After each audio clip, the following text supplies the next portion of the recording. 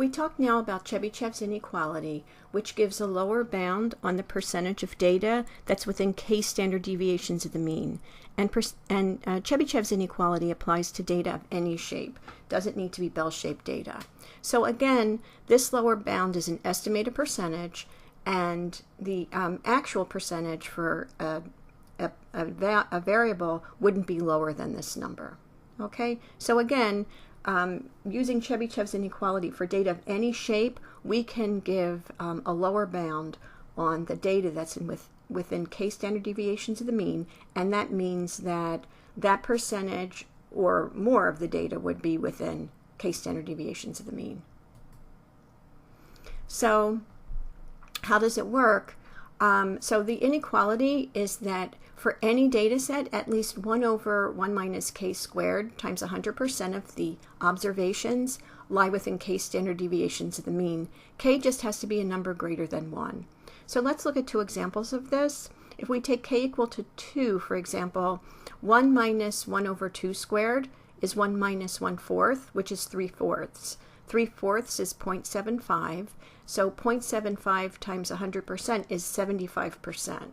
So according to Chebyshev's inequality, at least 75% of the data will be within 2 standard deviations of the mean. And this is for any data set. Now we know from empirical rule, if for some reason the data is bell-shaped, then we know that about 95% of the data is within 2 standard deviations of the mean.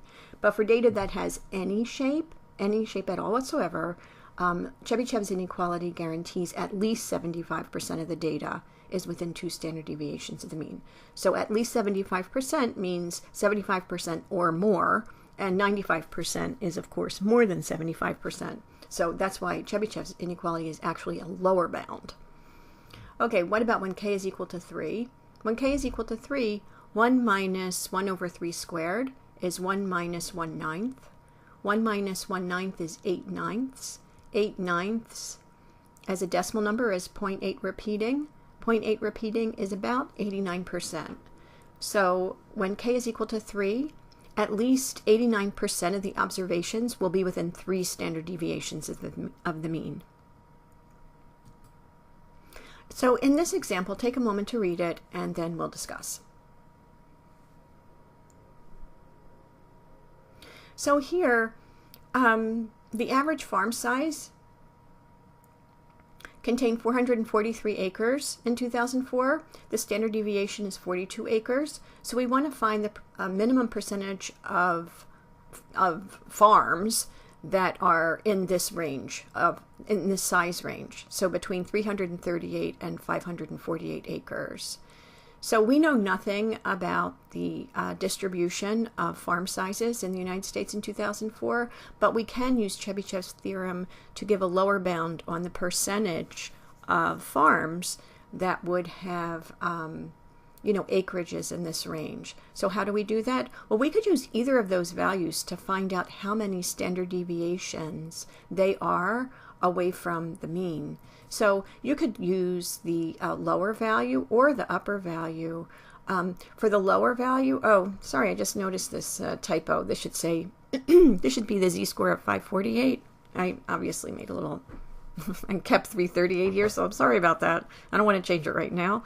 But anyway, so if we look at the z-score of the lower bound here, 338, that's 2.5 standard deviations below the mean.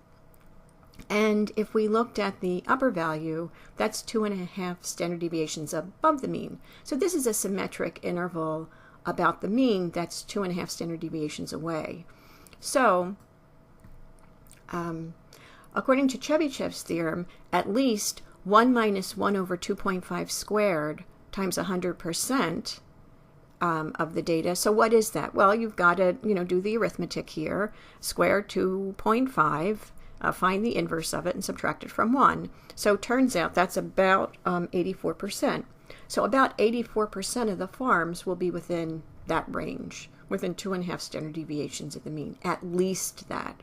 So at least 84% of the farms have acreage within that range.